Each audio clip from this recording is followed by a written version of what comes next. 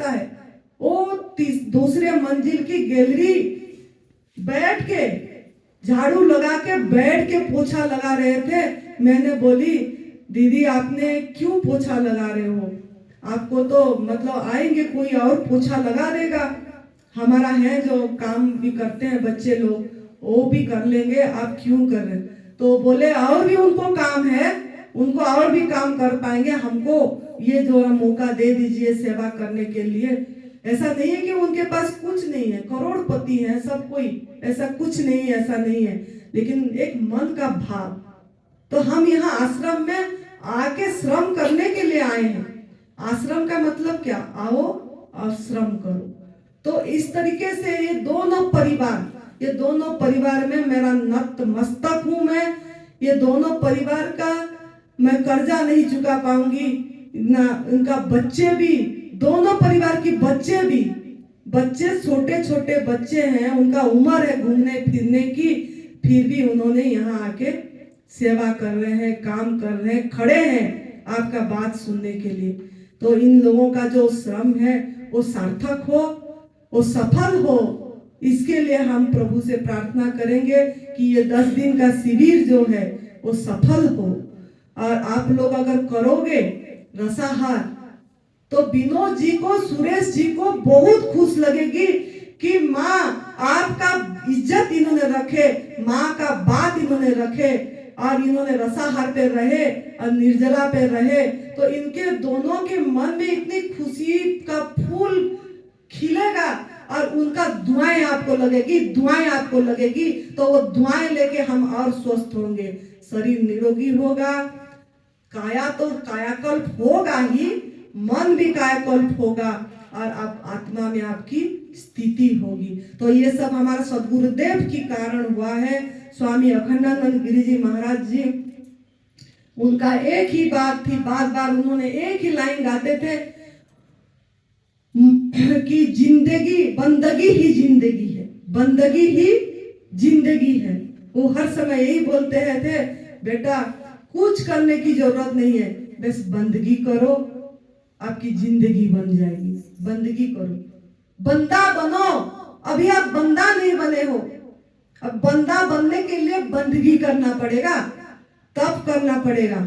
तो इसके लिए आप लोग यहाँ बंदगी करने आए हैं और अपनी जिंदगी बनाने के लिए आए हैं, जिंदगी का जीने की कला सीखने के लिए। अभी आप जिए नहीं है जीवन, आप ऐसे ही व्यर्थ गवाए हैं। जिसको जितना जितना उम्र हुआ उतना हम ऐसे ही व्यर्थ जीवन गवाए हैं। क्यों ना हम अयोग्य आहार, गलत आहार खाए हैं और अभी भी ले रहे हैं। एनडीएस का पता चलने के बाद भी, तप सेवा सुमिरन का मार्ग में आने के बाद भी हम फिर भी इसको पूरी तरह अपनी जीवन शैली नहीं बना पा रहे हैं। पद में रख रहे हैं फिर दिख रहे हैं, फिर रख रहे हैं फिर दिख रहे हैं। क्यों ऐसा हो रहा है? बहुत फोन आती है मेरे पास कि हम नहीं कर पा रहे हैं, हमारा ऐसे हो रहा है, लोग ये बोल रहे हैं हम पतले हो गए, हमारा बाल झड़ गया, हमारा वीकनेस हो गई, हमको कमजोरी लग रहा है, हम उठ नहीं पा रहे हैं। अरे ये सब क्यों? ये सब तो ऐसे ही निकल जाएगी। थोड़ा सा धीरज रखना है, सब्र रखना है। जब तक अंदर में मल होगा, गंदगी होगी, तब तक ये सब चीजें होगी। जब आप सफाई हो जाएगी, जब इसी रास्ते में धीरे धीरे कक्ष बढ़ेगा, जब आपका समय बीतते चला जाएगा, तब आप धीरे धीरे हमारे जैसे देखेंगे। आप हमको देख के आपको अंदर में प्रेरणा आना चाहिए। अभी मैं वेट करी 59.5 किलो है मेरी, 59.5। मेरा 73 किलो वेट से 37 हो गई थी। और इसी आहार से, इसी भोजन से, इसी रसाहार से, इसी निर्जला से मेरा वेट बढ़ी है। ऐसा नहीं कि निर्जला से वेट कम हो गई। मैं निर्जला रखी 60 किलो थी, 500 किलो कम हुआ, अभी 500 किलो बढ़ जाएगी जैसे रस लेंगे। तो इसके लिए फिक्र नहीं करना है। ये स्किन आप देख सकते हैं सब, इसीलिए मैं आपके सामने, ये बेटा ने ये टेबल हटा दिया कि आपने देखना है बोल के। सब चीज देख सकते हैं, कितना स्मूथ है, कितना अच्छा है, कोई रिंकल्स नहीं है, ये सब अपने आप होगा।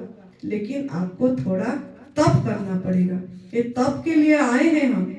तो ये सब कुछ जो भी हम तप करने इस स्थान पे पहुंचे, ये हमारा भाग्य है और हमारा सदगुरुदेव की कृपा हर समय है। जो हमारा स्वामी अखंडानंद गिरी जी महाराज जी का, उनका एक लाइन आज पकड़ना है। काल कौन सा लाइन, परसों कौन सा लाइन, वो मैं बताऊंगी, लेकिन आज का एक लाइन पकड़ना है। बंदगी ही जिंदगी है, बंदगी ही जिंदगी है। तो बंदा बनना है, बंधन करना है हमको। तो हर समय एक ही चीज को पकड़ना है कि राजी हम उसी में जिसी में तेरी रजा है। राजी हम उसी में जिसी में तेरी रजा है। आज से शुरू कीजिए, पूरी दिन में इसी लाइन पे रहना है। कहीं पे भी जगह मिला सो जाना है, बाथरूम जब खाली हुआ नहा लेना है। सवेरे नहाने को समय नहीं हुआ, दिन में नहा लेना है। सवेरे एनिमा करने को समय नहीं हुआ, बाकी भूख थी बाथरूम दिन में कर ले। समय देख के अपने माइंड को एकदम एक्टिव रखना है और उसी समय जाके हम नहाना है, एनिमा करना, संजीवनी क्रिया तो करना ही है, एक बार कम से कम करना है। तो ये सब करना है आपको। एक एक कैथेटर आपको सुरेश बेटा ने आप लोगों के लिए कितनी सेवा दे रहे हैं। यहाँ आते ही शायद देते होंगे, मेरे को तो ऐसे ही बता रहे थे ऑफिस में, एक एक कैथेटर फ्री दे रहे हैं आपको, फ्री मिल रही है। एनिमा पॉट बाथरूम में, हर एक बाथरूम में लगाया गया है और आप उसको अपनी जो कैथेटर दिए उन्होंने उसका उपयोग करिए और वो एनिमा करिए, आपकी सफाई करिए। तो इनको तो जितना धन्यवाद देंगे उतना कम है। ये दोनों बेटे को, इनकी परिवार को हम जितना धन्यवाद देंगे उतना कम है। तो हम भी थोड़ा इनके जैसे बन पाए 10 दिन में, हम भी थोड़ा, क्योंकि वो उनको आप सामने देख रहे हैं, वो क्या क्या काम कर रहे हैं, क्या कर रहे हैं, क्या नहीं कर रहे हैं, वो आप सामने देख रहे हो। तो उनके जैसे हम भी थोड़ा बन पाए और हम ये 10 दिन में पूरी तरह लाभ लें। और सदगुरुदेव को हम हर एक 100 लोगों से 50 लोग रसाहार में रहना चाहिए। किस पूरी 10 दिन हम जूस पे रहे। क्या वैरायटी बनता है शाम को, हमको उस पर दृष्टि नहीं देना है। ये वैरायटी खाएंगे बाद में, जब हम स्वस्थ हो जाएंगे, हमको ये कच्चे में भी वैरायटी बना के खाएंगे। जीवन पड़ी है, पहले जी लें, पहले हमारी जिंदगी बच जाए, पहले हम स्वस्थ हो जाए, फिर खाने के लिए बहुत चीज है। रसाहार तो सबसे बढ़िया चीज है। क्यों ना हम प्रभु को सम्मान दिए। प्रभु को ज्यादा मजदूरी नहीं करा है, हम मजदूरी करा रहे हैं, बच्चे में भी खा रहे हैं, चबा रहे हैं। तो उनको मेहनत करना पड़ रहा है रस बनाने के लिए, उनको परिश्रम करना पड़ रहा है। उनको हम बहुत दायित्व दे रहे हैं कि हमारा रस बनाइए, फिर वो मतलब वो छोचा को फेंकिए बाहर, वो फेंकने के लिए फिर वो प्रयास करते हैं, मल निकालते हैं।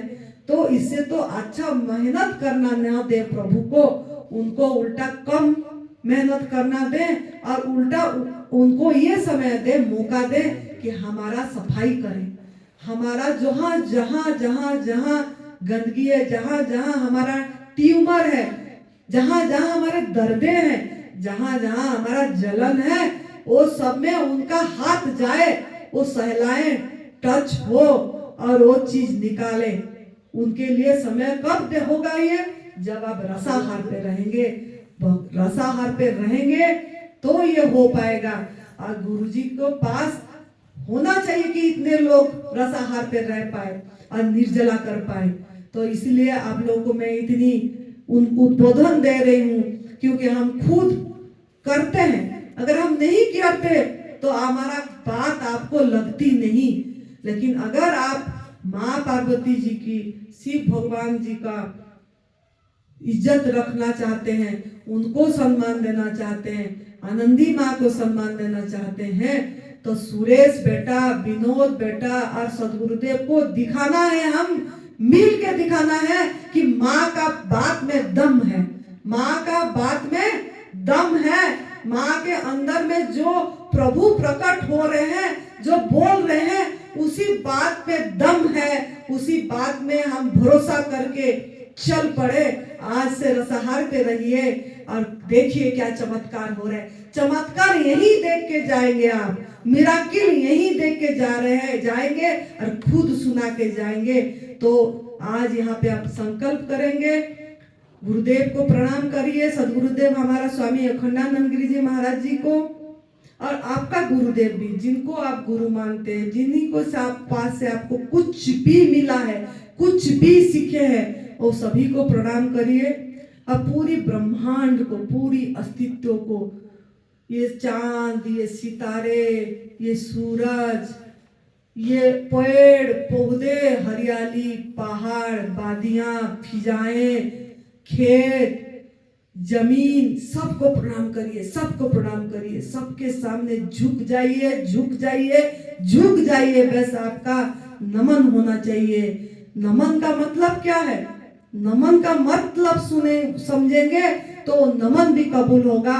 नमन का मतलब, नमः का मतलब मेरा कुछ भी नहीं है, न मम, न मम, मतलब मेरा कुछ भी नहीं है, जो कुछ भी है सब कुछ तेरा है, तेरा है, तेरा है, तेरा पाना मीठा लगे। तो तेरा जो सब कुछ है वो सब कुछ मेरा है, अब मेरे को ये मीठा लगती है।